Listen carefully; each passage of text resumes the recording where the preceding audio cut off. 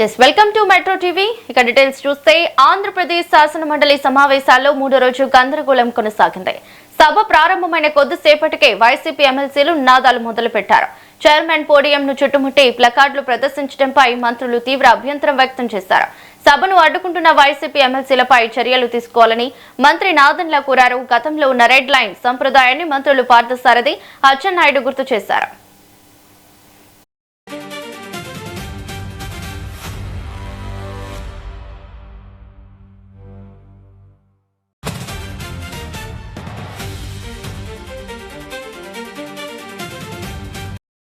ఇక ఇదే అంశంపై పూర్తి డీటెయిల్స్ మా ప్రతినిధి శ్రీనివాస్ ఫోన్ ద్వారా అందిస్తారు. శ్రీనివాస్, ఈ రోజు ఆంధ్రప్రదేశ్ అసెంబ్లీ సమావేశాలు మూడో రోజు కొనసాగుతున్నాయి. శాసనసభ ఒక విధంగా కొనసాగుతున్నా కానీ మండలిలో వాడివేడిగా జరుగుతున్నటువంటి పరిస్థితి ఉండడం జరిగింది. మండలిలో ప్రధానంగా 3 రోజుల నుంచి కూడా వైసీపీ ఎమ్మెల్సీలు ప్రధానంగా డిఎస్సిపై చర్చ కావాలి అంటూ కూడా పట్టుబడుతూ స్పీకర్ పోడియంను చుట్టుముడుతున్నటువంటి పరిస్థితి ఉండడం జరిగింది. ఈ రోజు కొద్దిసేపటి క్రితం వాళ్ళు ఆందోళన చేస్తున్నా, మరోవైపు మంత్రి నాదెండ్ల మనోహర్ మాట్లాడుతూ చైర్మన్ పోడియం చుట్టుముట్టిన వైసీపీ సభ్యులపై చర్యలు తీసుకోవాలి తప్పనిసరిగా అంటూ కూడా డిమాండ్ చేయడం జరిగింది. సభను అడ్డుకుంటున్న వారిపై రెడ్ లైన్ యాక్షన్ తీసుకోవాలి, గతంలో ఉన్న వాటిని ఇంప్లిమెంట్ చేయాలంటూ కూడా మాట్లాడుతున్నటువంటి పరిస్థితి. అయితే ప్రొజినరీలో ఫాలో అవ్వాలని చైర్మన్ మోజేష్ రాజు ఒకసారి స్పష్టం చేసినాడు. అలానే పోడియం సభ కాదంటూ కూడా నాదెండ్ల కూడా మాట్లాడినట్టు జరిగింది. అయితే ముఖ్యంగా చూసుకున్నట్లయితే గనక పోడియం దగ్గర ప్రధానంగా వాళ్ళు ఒకటే డిమాండ్ చేస్తున్నారు. ఎక్కడ అసెంబ్లీలో డిఎస్సి జరిగిందో అలానే కూడా జరగాలి. మూడో రోజు కూడా వైసీపీ ఎమ్మెల్సీలు కొనసాగిస్తున్న పరిస్థితి అయితే గనక ఉండడం జరిగింది. అంటే ముఖ్యంగా చూస్తున్నట్లయితే గనక డిఎస్సి పైనే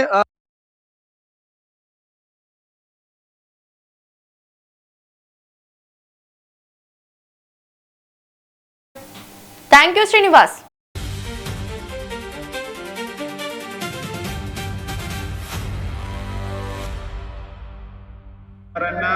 తమ స్థానమైనా సరే అపారమైనటువంటి గౌరవం ఉన్నటువంటి వ్యక్తులు అధ్యక్ష, మేము మీకు అన్ని అధికారాలు ఉన్నాయి. సభ సాంప్రదాయంగా జరగాలి. ప్రతిరోజు కూడా సభ్యులందరూ మీ చుట్టూ ఊగి ఈ రకంగా చేయడం మంచి విధానం కాదు అధ్యక్ష.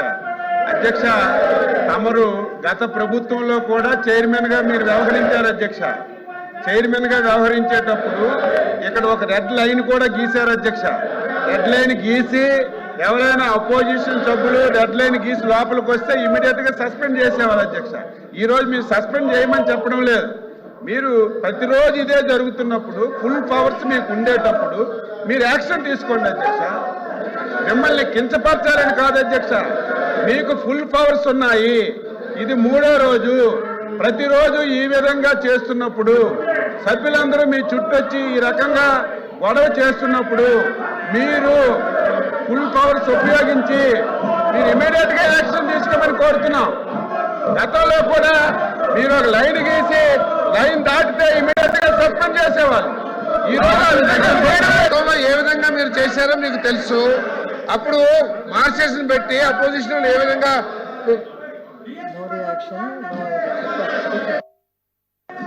కాదు అధ్యక్ష, మీరు సభను ఆటలో పెడితే సమాధానం చెప్తాను. ప్రజలు తెలుసుకోవాలనుకున్నారు అధ్యక్ష.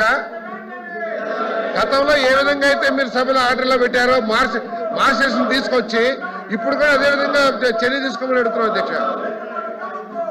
గతంలో ఏ విధంగా మీరు అధ్యక్ష దయచేసి సభా మర్యాద కాపాడే విధంగా మీరు కూడా నిర్ణయం తీసుకోవాలి అధ్యక్ష. ఎందుకంటే మీరు వాయిదా తీర్మానం మీరు తిరస్కరించిన తర్వాత కూడా సభ్యులు ఆ విధంగా పోడియం పైకి వచ్చి మిమ్మల్ని అడ్డుకోవడం సభా మర్యాదలకి భంగం కలిగించే విధంగా ప్రవర్తిస్తున్నారు అధ్యక్ష. ఇది కరెక్ట్ కాదు. చైర్ని గౌరవించాలి అధ్యక్ష. మీరు కూడా నిర్ణయం తీసుకోండి. పోడియం పైకి ఎట్లా రాణిస్తారు అధ్యక్ష వాళ్ళని? పోడియం పైకి ఎట్లా రాణిస్తారు అధ్యక్ష వాళ్ళని? మీరు యాక్షన్ తీసుకోండి అధ్యక్ష, యాక్షన్ తీసుకోండి. ప్రభుత్వం సిద్ధంగా ఉందని అనేక సార్లు చెప్పారు.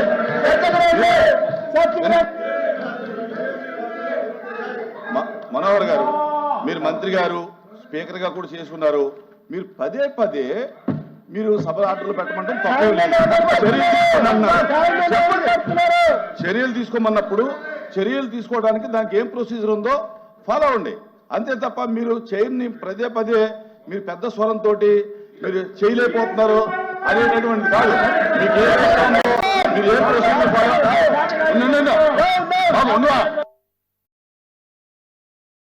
ఇక ఏపీ శాసనసభలో మంత్రి లోకేష్ మాట్లాడుతున్నారు. లైవ్ లో చూద్దాం. Regulation and prevention of commercialisation అది చాలా స్పష్టంగా చేసాం. ఈ నాన్ ఫీ ఫంక్షన్స్ అని, ఫీకి సంబంధం లేని ఫంక్షన్స్ అని ఈ కమిటీ పరిధి నుంచి తీసి అది కమిషనర్ హైయర్ ఎడ్యుకేషన్కి ఇస్తాం జరుగుతుంది. అధ్యక్ష, గతంలో రిటైర్డ్ హైకోర్టు జస్టిస్ చైర్పర్సన్గా పెట్టాలనుంది, అది మేము కొనసాగిస్తున్నాం. ఎక్స్ అఫీషియో మెంబర్స్ని ఏకంగా జేఎన్టీయూ కానీ మన NTR health university vice chancellor యాప్షీ చైర్మన్ని, commissioner higher education council representative కూడా దీంట్లో పొందుపరచడం జరుగుతుంది. అధ్యక్ష, ప్రొసీజర్ మొత్తం మోడర్నైజ్ చేసి ట్రాన్స్పరెంట్ మెకానిజంగా ఫిక్స్డ్ టైమ్ లైన్స్ పెట్టి ఒక డిజిటల్ రిపోర్టింగ్ ఏర్పాటు చేసి లెజిస్లేటివ్కి అకౌంటబిలిటీ కూడా ఏర్పాటు చేసే లక్ష్యంతో ఈరోజు ఇది తీసుకొస్తాం జరిగిందని గౌరవ సభ్యులందరికీ నేను తెలియజేస్తాం జరుగుతుంది. అధ్యక్ష, మానవ వనరుల అభివృద్ధి శాఖ మంత్రి గారు ఆంధ్రప్రదేశ్ ప్రైవేటు విశ్వవిద్యాలయముల స్థాపన మరియు క్రమబద్ధీకరణ సవరణ బిల్లు 2026ను ప్రవేశపెట్టేందుకు అనుమతి కోరుతారు. అధ్యక్ష, I move for leave to introduce the Andhra Pradesh private universities establishment and regulation amendment bill 2026. మంత్రి గారి ప్రతిపాదన సభా సమక్షంలో ఉంది. ఇప్పుడు విషయం ఆంధ్రప్రదేశ్ ప్రైవేటు విశ్వవిద్యాలయముల స్థాపన మరియు క్రమబద్ధీకరణ సవరణ బిల్లు 2026ను ప్రవేశపెట్టడం. ఈ ప్రతిపాదనకు సుముఖంగా ఉన్నవారు అవును అనండి, వ్యతిరేకంగా ఉన్నవారు కాదు అనండి. అవునన్నారు అవునన్నారు, అందరూ అవునన్నారు, కాదన్నవారు ఒక్కరూ లేరు. ప్రతిపాదన ఆమోదించడం అనేది బిల్లు సభలో ప్రవేశపెట్టినట్టు. మానవ వనరుల అభివృద్ధి శాఖ మార్చులు ఆంధ్రప్రదేశ్ ప్రైవేటు విశ్వవిద్యాలయముల స్థాపన మరియు క్రమబద్ధీకరణ సవరణ బిల్లు 2026ను పరిగణలోనికి తీసుకునేందుకు అనుమతి కోరుతారు. అధ్యక్ష, I move that the Andhra Pradesh private universities establishment and regulation amendment bill 2026 be taken into consideration. అధ్యక్ష, మరి గౌరవ సభ్యులందరూ కూడా ఇది చాలా ఇంపార్టెంట్ బిల్. ఒకసారి మనం పక్క రాష్ట్రాల వైపు చూస్తే ఉత్తరప్రదేశ్లో సుమారుగా 111 యూనివర్సిటీస్ ఉన్నాయి, గుజరాత్లో 100 యూనివర్సిటీస్ ఉన్నాయి, రాజస్థాన్లో ఒక 94 యూనివర్సిటీస్ ఉన్నాయి, కర్ణాటకలో 91 యూనివర్సిటీస్ ఉన్నాయి, తమిళనాడులో 65 యూనివర్సిటీస్ ఉన్నాయి. అధ్యక్ష, ఈరోజు ఆంధ్ర రాష్ట్రంలో 56 యూనివర్సిటీస్ ఉన్నాయి. అధ్యక్ష, దాంట్లో 22 public universities, 14 private universities, 7 deemed universities, 10 sectoral universities, 3 central universities. ఇది కాకుండా అధ్యక్ష 10 నేషనల్ ఇన్స్టిట్యూట్స్ ఉన్నాయి. అధ్యక్ష, నైసర్ కానివ్వండి, ఐఐటి కానివ్వండి, ఐఎం కానివ్వండి, ఇలాంటి నేషనల్ ఇన్స్టిట్యూషన్స్ ఒక 10 ఉన్నాయి. ఇంతేకాకుండా 2602 ఎఫిలియేటెడ్ కాలేజెస్ ఉన్నాయి. అధ్యక్ష, దాంట్లో సుమారుగా 2369 ప్రైవేట్ కాలేజెస్ కూడా ఉన్నాయి. అధ్యక్ష, ఇప్పుడు ప్రభుత్వ లక్ష్యం ఏంటంటే కేంద్రంలో నరేంద్ర మోడీ గారి నాయకత్వంలో చాలా స్పష్టంగా జన్ విశ్వాస్ అంటే డీరెగ్యులేషన్, డీమిస్టిఫికేషన్ చాలా చాలా అవసరం. ఈరోజు స్పీడ్ ఆఫ్ డూయింగ్ బిజినెస్ కేవలం ప్రైవేట్ సెక్టర్కి, ఇండస్ట్రీస్కే కాకుండా అన్ని రంగాల్లో స్పీడ్ ఒక హాల్ మార్క్గా దేశానికి నిలబడాలనేది గౌరవ ముఖ్యమంత్రి గారు చెప్తాం జరిగింది. అధ్యక్ష, దాంట్లో భాగంగా అక్కడ ఒక కమిటీ వేశారు. ఆ కమిటీ ఆధ్వర్యంలో వాళ్ళు వచ్చారు. ఆంధ్ర రాష్ట్రంలో అన్ని శాఖలకు సంబంధించిన సెక్రటరీలను కూడా కలుస్తాం జరిగింది, వాళ్ళతో కూడా సంప్రదింపులు చేస్తాం జరిగింది. అధ్యక్ష, దాంట్లో భాగంగా ప్రత్యేకంగా మా హైయర్ ఎడ్యుకేషన్ డిపార్ట్మెంట్లో కూడా వాళ్ళు కలుస్తాం జరిగింది. కలిసి వాళ్ళు కూడా అనేక సూచనలు ఇచ్చారు. ఎందుకంటే కేంద్ర ప్రభుత్వం సూచించగలుగుతారు, మళ్ళీ ఆంధ్ర రాష్ట్రంలో ఉన్న లోకల్ కండిషన్స్ బట్టి మనం నిర్ణయాలు తీసుకోవాల్సిన అవసరం ఉంది. అధ్యక్ష, ప్రత్యేకంగా ఈ అమెండ్మెంట్స్ మనం తీసుకొచ్చేది అధ్యక్ష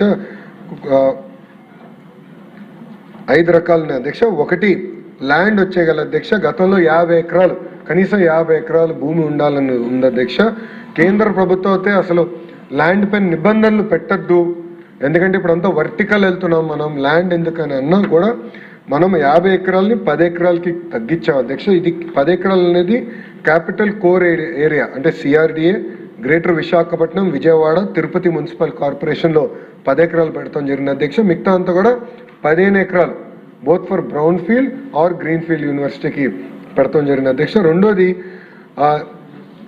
ఇన్వెస్ట్మెంట్ మినిమం ఇంత ఇన్వెస్ట్మెంట్ పెట్టాలని అంటున్నారు అధ్యక్ష గతంలో చట్టంలో.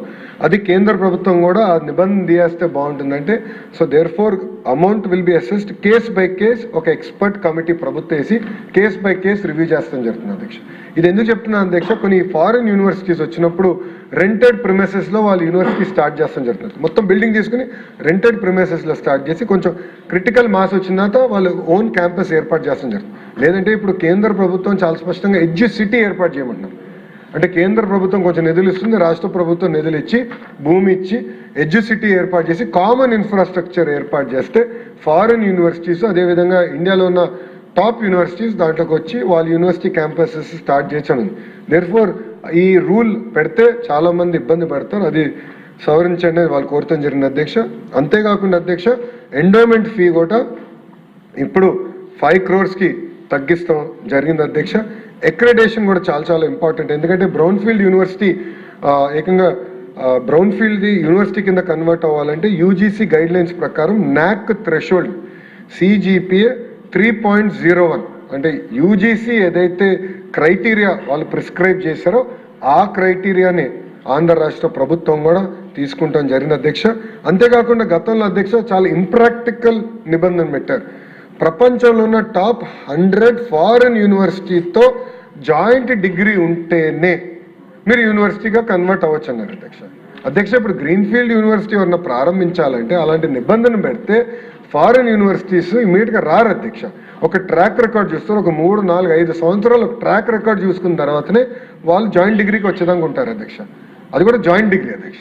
సో ఆ నిబంధన కూడా తొలగిస్తూ ఇది ఏర్పాటు చేస్తాం జరిగింది అధ్యక్ష. దీని ద్వారా అధ్యక్ష మీరు చూస్తే ప్రత్యేకంగా గౌరవ సభ్యులందరూ కూడా గర్వపడే విధంగా అధ్యక్ష మనం మహిళా యూనివర్సిటీ అన్న ఎన్టీఆర్ గారు ఆనాడు పద్మావతి మహిళా యూనివర్సిటీ ఎట్లయితే ప్రత్యేకంగా స్థాపించారు అధ్యక్ష, ఇప్పుడు మన విష్ణు మహిళా యూనివర్సిటీని మన వాళ్ళకి విసులుబాట కల్పిస్తాం జరిగింది అధ్యక్ష.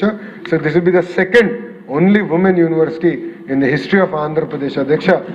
దానికోసం కూడా ఇది చాలా చాలా అవసరం మా దగ్గరే అధ్యక్ష. అంతేకాకుండా డీమ్డ్ యూనివర్సిటీస్ కూడా అప్గ్రేడ్ చేసడం కూడా ఒక విసులుబాటు కల్పిస్తున్నాం. ఇంతేకాకుండా స్పీడ్ ఆఫ్ డూయింగ్ బిజినెస్ అనేది ఈ ప్రభుత్వ విధానం కనుక ఫాస్టర్ అప్రూవల్స్ పెట్టి మొత్తం 60 daysలో ఈ ప్రక్రియ మొత్తం పూర్తి చేసి ఆన్లైన్ ట్రాన్స్పరెంట్ విధానం కూడా తీసుకొస్తామని జరుగుతుంది అధ్యక్ష. దీనివల్ల ఏంటంటే ఎక్కువ యూనివర్సిటీస్ని ప్రోత్సహించాల్సిన అవసరం ఉంది. గౌరవ ప్రధానమంత్రి గారు గౌరవ ముఖ్యమంత్రి గారు పదే పదే చెప్పేది రీసెర్చ్ పైన ఎక్కువ శ్రద్ధ పెట్టాలి. ఏదో పిల్లలకి ఏదో చదువు చెప్పే వాళ్ళ ఉద్యోగాలు ఎత్తుకుంటూ వెళ్తాం కాదు, క్లస్టర్ బేస్డ్ అప్రోచ్ కింద. ఎందుకంటే ఒక్కొక్క ప్రాంతంలో ఒక్కొక్క క్లస్టర్ వస్తుంది. Space city, drone city, aqua, cement, steel city, medical devices manufacturing city, pharma city, ఇట్లా అనేక క్లస్టర్స్ వస్తున్నాయి అధ్యక్ష. సుమారుగా 22